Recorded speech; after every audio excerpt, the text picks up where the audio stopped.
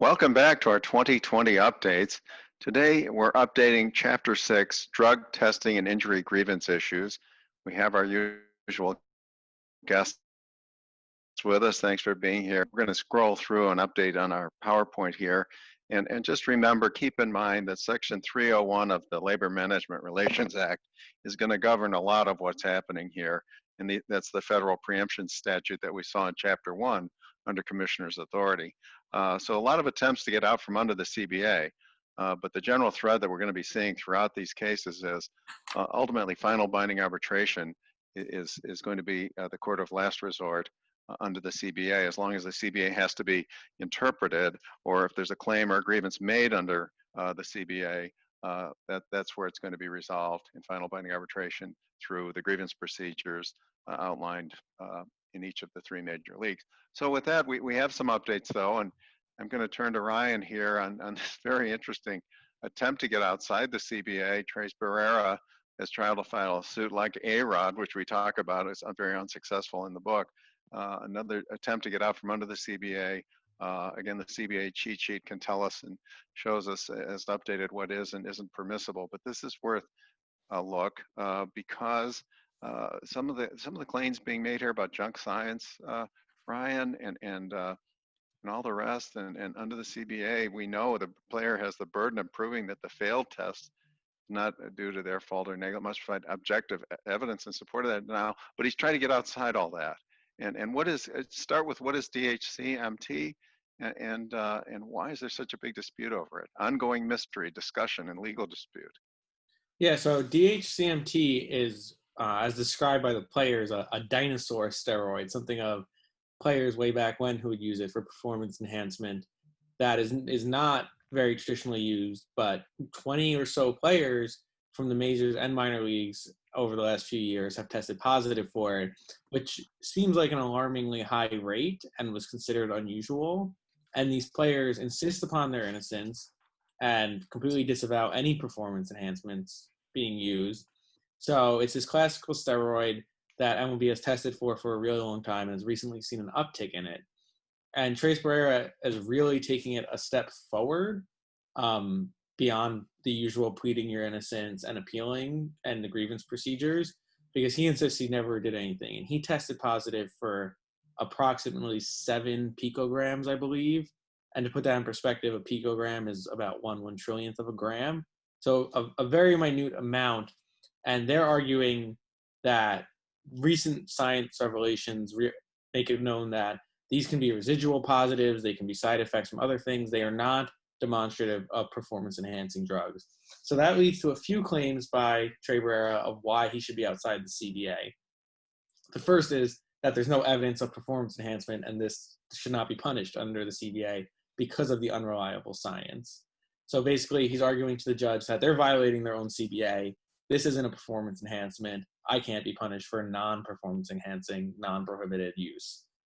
And so then he's going on to say that this is unfair, that the science is unreliable, you're not going by your own procedures, you're not allowing me a chance to vindicate my claim. He's also attacking the laboratory and the procedures that we have seen successful in arbitration process before, but never in going outside the arbitration process. So like Ryan Braun attacked the procedures, but the arbitrator agreed with him. So that's where this is a little different, where the arbitrator disagreed, and now Trey is filing a lawsuit to get outside of it. This is something that is pretty contentious. We've seen it in other sports like the UFC, where science is seemingly evolving and that they're trying to find a more reliable threshold. So the MLBPA is trying to negotiate with the MLB, but right now, 20 or so players are caught in this limbo, and they have to determine what's a reliable level for performance enhancement and who can be punished under it. Thanks. I mean, this ties right into A-Rod's suit. And, you know, what we're going to hear over and over again in this chapter is page 176, for example, as long as the claim is inextricably intertwined or dependent upon an interpretation of the basic agreement and the joint drug agreement, preemption under Section 301 of the LMRA is actually going to be found in almost every case to govern the claim, as long as it's substantially dependent upon an analysis of a collective agreement. So this is a good attempted end run. And Tyler Skaggs in the 2019 update, Aaron, I'll call on you. You helped us do that one. And that's also on the syllabus on Canvas. But what was MLB's response to that really awful incident and cost him his life, Tyler Skaggs? Yeah, so last year, Tyler Skaggs unfortunately passed away due to a drug overdose on a road trip, and he ended up getting the drugs from an employee of the Angels at that point in time, and that employee has now been indicted. But after this had happened, the MLB and the MLBPA came together, and they thought, in terms of opioid response to opioids in the league, they wanted to do something, after this and able to combat that or address that issue. So now they have mandatory education programs on drug use for all teams and all players, as stated here. They test for opioids.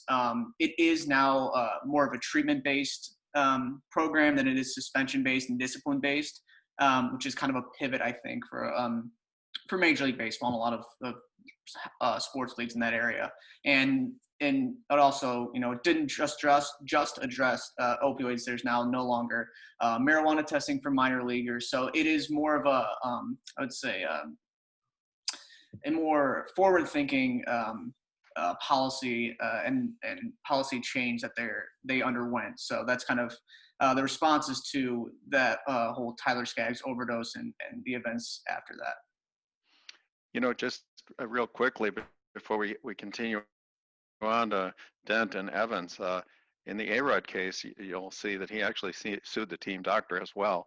And we're going to have some updates on Tyrod Taylor and what happens in the NFL when the team doctor, punctures his lung. So as that evolves, we will definitely be updating our class plan on that one as well. So the ability to get outside, is that an employer? Does it require an interpretation of the CBA, or is that an independent contract of the team doctor who engages in what could be has been a very serious, medical malpractice claim that Taylor may be able to bring against that doctor. Watch that space.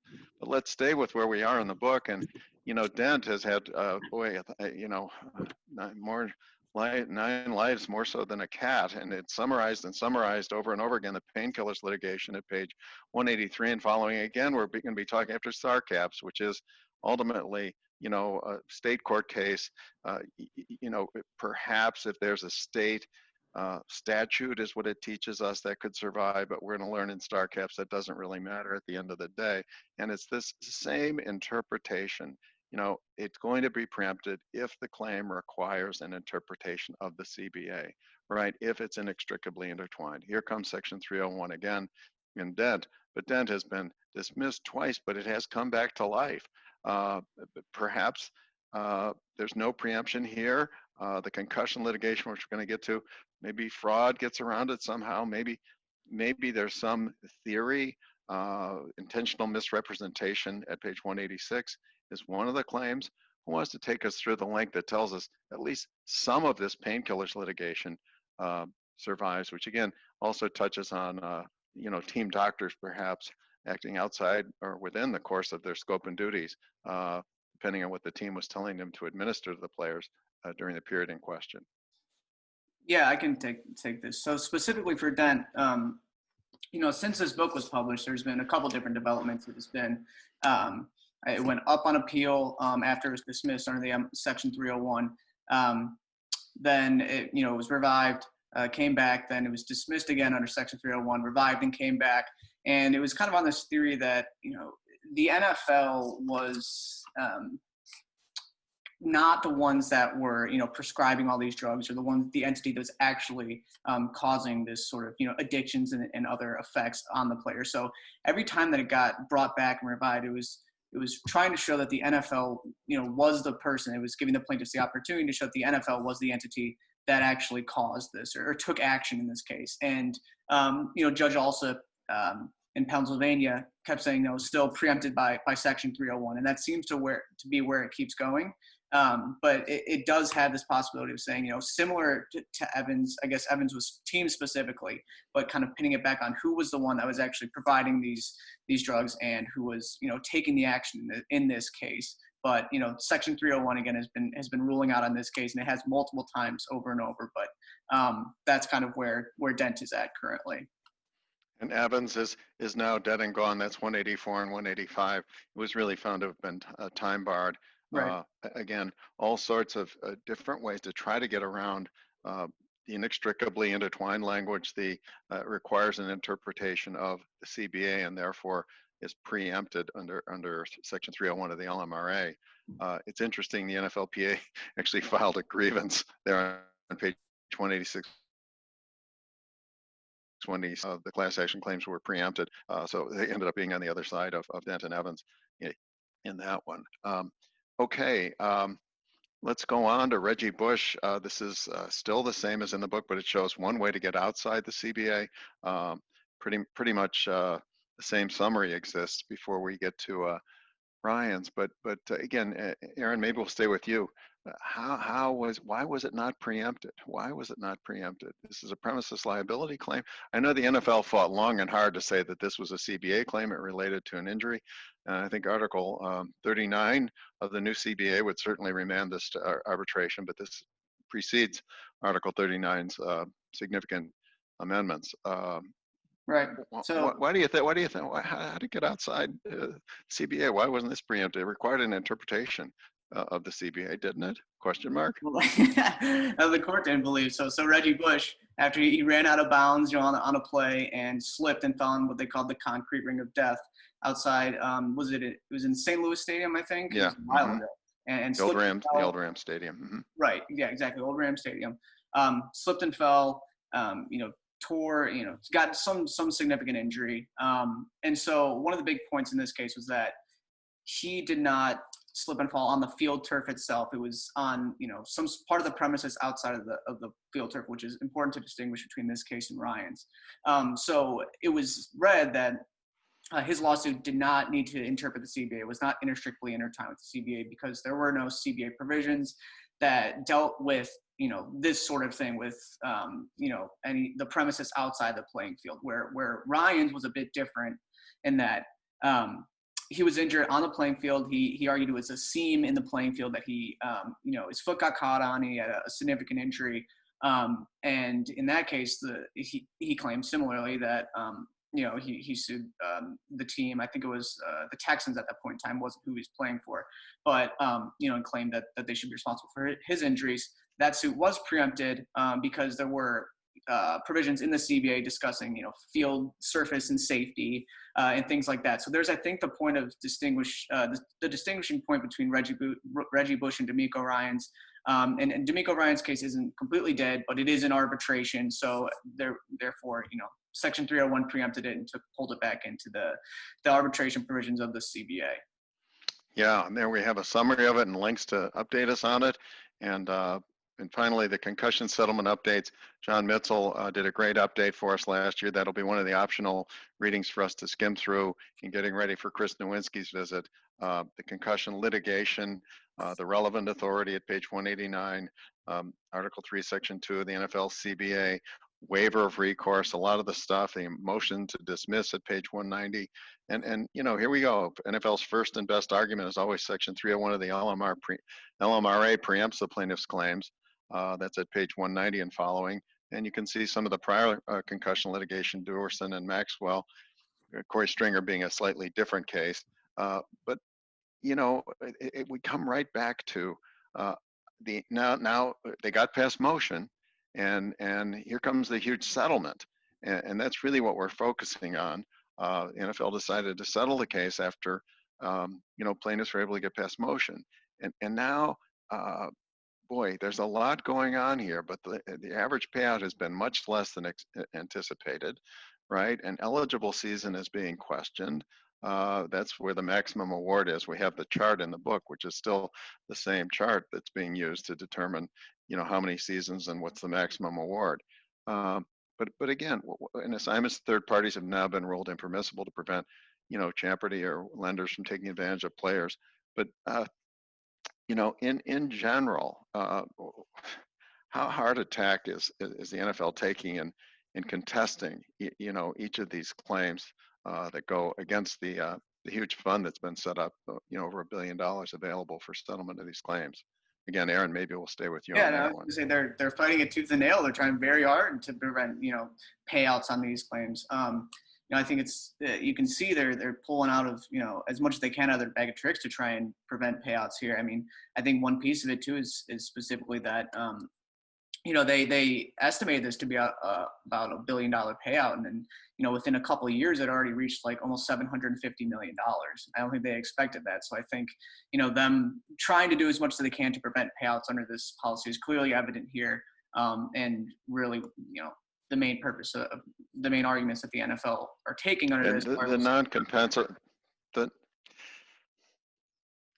yeah, and I'm going to page 200 now, not to interrupt, but there's the chart, the eligible season reduction and the percentage reduction, and the other charts, the qualifying diagnosis 199, age at diagnosis reduction 199, and then the non-compensable diagnoses, excludes all symptoms of CTE, and in the case of CTE deaths after approval that do not rise to the level of a compensable. Chris is going to talk a lot about that, but that was a huge carve out for the Concussion Legacy Foundation and so many of those brains that they've studied, which were found after the fact to display CTE.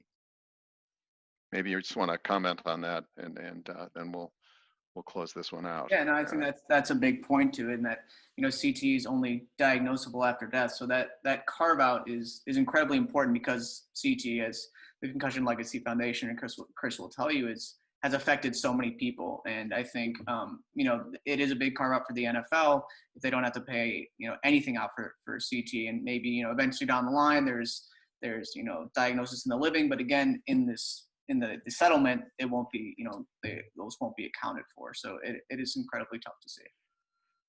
Okay, and we'll see. There have been attempts, to get outside of like the Stabler estate and all the rest, and that's at page 202. We have a hypo. It's not such a hypothetical, but Kenny, the snake Stabler, is now deceased.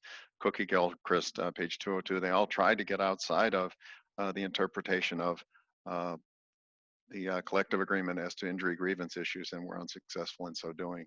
So that's really all that if it's not been time barred, that's really the only recourse that's left, is an injury grievance. And Professor Carfagna, did you want to talk 1 second about Article 39 in the 2020 CBA and how that relates? Yes, please, let's do. And actually, we're going to add a new guest to our last class. You and Chris Dubert have been working on Article 39 CBA JCell piece, which we're really proud to publish in JCell. And yeah, just generally, tip of the iceberg. This would really take almost everything, including D'Amico Ryans and certainly even a Reggie Bush, back to final binding arbitration. Right. So I think the main piece to state about Article 39 is that, it was, I think, 6 sections long, in the 2011 CBA. It's now 20 sections long. So they've added 14 sections. As we say, if it's inextricably intertwined with the CBA, it's going to be pulled out of, from litigation and subject to arbitration under the CBA. So by adding that many more sections, you're covering that much more. With CBA, there's Section 301 LMRA preemption. So now there is a field surface safety committee, which would then pull in, a Reggie Bush type case, a D'Amico Ryans type case into arbitration, probably unquestionably. There's a prescription drug management policy or program, which would pull in maybe some of the Dent and Evans cases. So I think that was one of the big points the NFL wanted to make in this last CBA, and it was a statement, is that, we're trying to include as much, related to player health and safety in this Article 39, so that those will not be subject to litigation and get pulled in under our arbitration and procedures under the CBA. Thanks. We'll look forward to the publication. It's been accepted for publication in JCell. And as I said in our last class, we'll welcome you and Chris to talk more about that. And also the Major League Soccer. He's the general counsel now at DC United. Okay, I think that's about it for Chapter 6. We'll pick back up with this PowerPoint for Chapter 7, intellectual property issues. And Zach, that'll be your call. We're going to be calling on you for almost all of these prompts and updates. So for Chapter 6, we'll close this one out, and then we'll see you down the line for Chapter 7.